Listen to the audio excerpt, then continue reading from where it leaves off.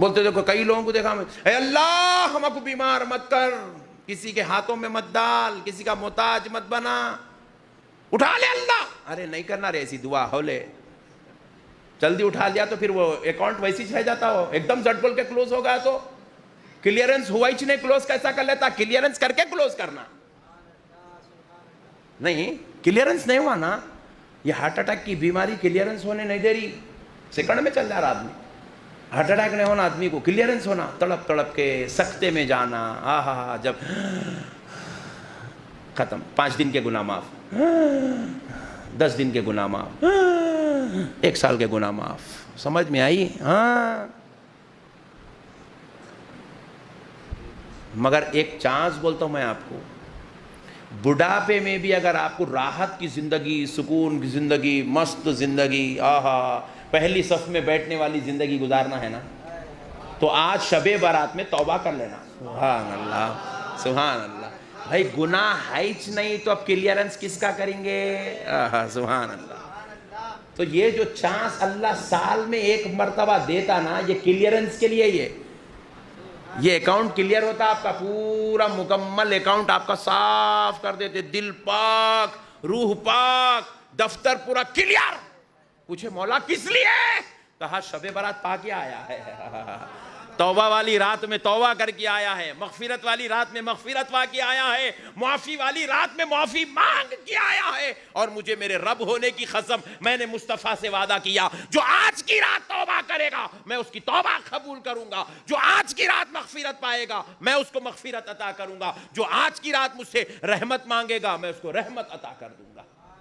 اس لیے یہ راتوں میں توبہ کرتے تو بڑھاپا بھی سکون سے جاتا، ٹینشن نہیں رہتا بڑھاپے میں۔ انشاءاللہ کریں گے نہیں توبہ؟ ہاں آج کی رات سو نکو، جلدی جلدی مسجد کو آئے تو 10 بجے 11 بجے 12 بجے بھاگ جاؤ نکو، ذرا آج کی رات مسجد میں بیٹھو، اللہ سے معافی مانگو، توبہ کرو، ذکر کرو، وظائف پڑھو، اللہ کو راضی کرنے کی کوشش کرو۔ میرے پیارے بزرگوں اور دوستوں، 1-2-3 باتیں اور میرے آقا کی رحمت کے سنا دیتا ہوں، سبحان اللہ۔ مگر ایک بات سن لو، نہیں ابھی تھوڑے لوگ آنا ہے، نو عیبت بولتا ہوں، رہن دو، اب سنو میرے آقا کریم صلی اللہ علیہ وسلم کی رحمت کیا ہے۔ حضور سے پہلے 1,24,000 پیغمبر تشریف لائے، ان میں جلیل القدر پیغمبر تھے حضرت نوح علیہ السلام۔ کون تھے؟ نوح علیہ السلام۔ قال نوح رب لا تذر على الارض من الكافرین دیار۔ قرآن پاک ہے، حضرت نوح علیہ السلام نے اللہ کی بارگاہ میں دعا کی، اے اللہ زمین پر کافروں کا ایک گھر بھی نہ رہنے دے۔ اللہ اکبر، زمین پر کافروں کا ایک گھر بھی رہنے نہ دے، اے اللہ ان کو ہلاک کو برباد کر دے، نیست و نابود کر دے۔ اللہ سے دعا کرے اللہ ان کو ختم کر دے، ان کا ایک گھر نہ رہنے دے زمین کے اوپر۔ نوح علیہ السلام کافروں کے لیے دعا کر رہے ہیں، ان کے گھر نہ رہنے دے مولا، ان کو ہلاک و برباد کر دے۔ اب یہ حضرت نوح علیہ السلام تھے، اب حضرت ابراہیم کیا کہہ رہے ہیں دیکھیے، فَمَن تَبْغَلِي فَإِنَّهُ مِنِّي وَمَنْ عَصَانِي فَإِنَّكَ غَفُورٌ رَحِيمٌ۔ یہ بھی قرآن ہے، اللہ رب العزت نے فرمایا جس نے میری پیروی کی وہ مجھ سے ہے، اللہ اکبر، جس نے میری پیروی کی وہ مجھ سے ہے، اور جو میرا نافرمان ہے بس بے شک تو غفور اور رحیم ہے۔ یعنی کہ اللہ جو میری پیروی کرتا وہ میرا ہے، کون کہہ رہے ہیں؟ حضرت ابراہیم علیہ السلام۔ اور جو میری پیروی نہیں کرتا اے اللہ وہ تیرا ہے، تو اس کے ساتھ کیا کرنا ہے کر، تو غفور ہے، تو رحیم ہے، تو چاہے تو بخش دے، چاہے تو رحم کر، یا چاہے تو تیرا معاملہ ہے، تو جو چاہے کر۔ حضرت ابراہیم علیہ السلام کہہ رہے ہیں۔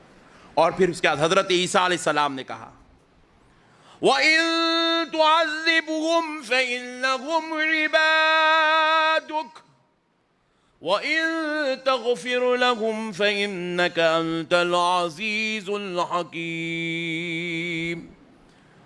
فرمایا حضرت عیسیٰ علیہ السلام نے اللہ کی بارگاہ میں عرض کیا، اگر تو ان کو عذاب دے تو یہ تیرے بندے ہیں، اگر معاف کر دے تو تو غالب ہے، بڑی حکمت والا ہے۔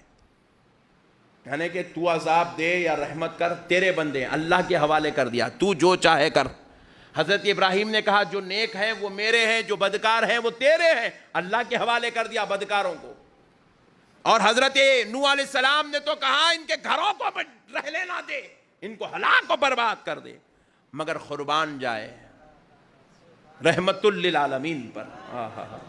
کیا نبی کی امت میں پیدا ہوئے ہیں، شرم آنا چاہیے لوگوں کو۔ ایسے نبی کے متعلق جو ہے عجیب و غریب باتیں کرتے ہیں لوگ، پھر کلمہ بھی پڑھتے ہیں، مسلمان بھی ہیں، اسی لیے اللہ کا یہ عذاب آ رہا ہے۔ پورے لوگ بولے آتا ہی نہیں پٹھا دیکھ لو، بولے آتا ہی نہیں، بولے خلاص ہو گیا ختم ہو گیا۔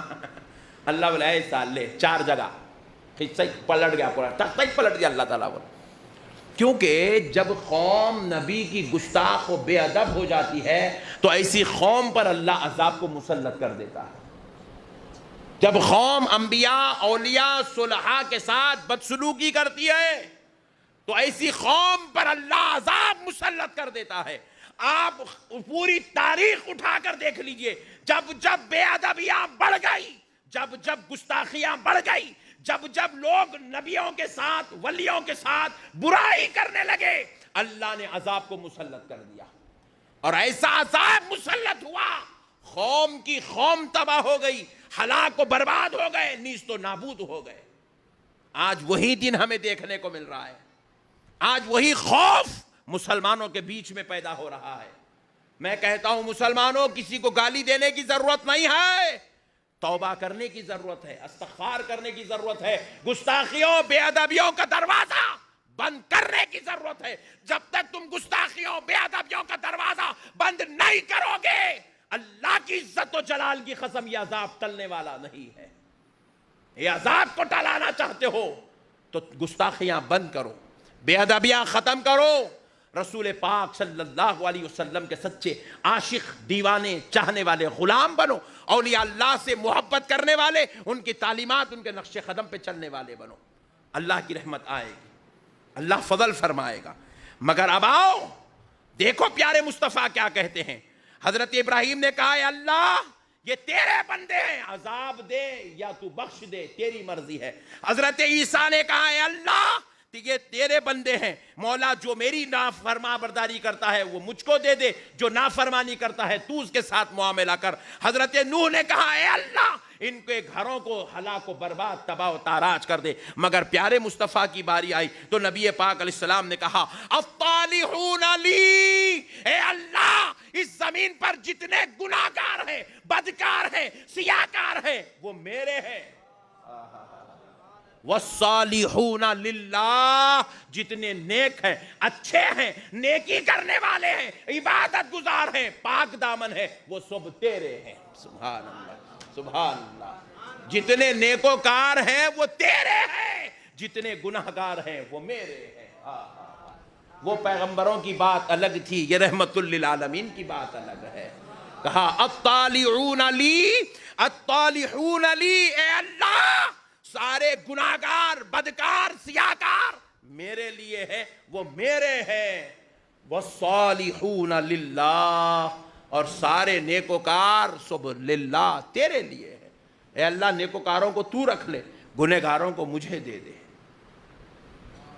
کیا شان ہے رحمت للعالمین کی، قربان جاؤ یار، اللہ نے ایسے نبی کی امت میں پیدا کیا۔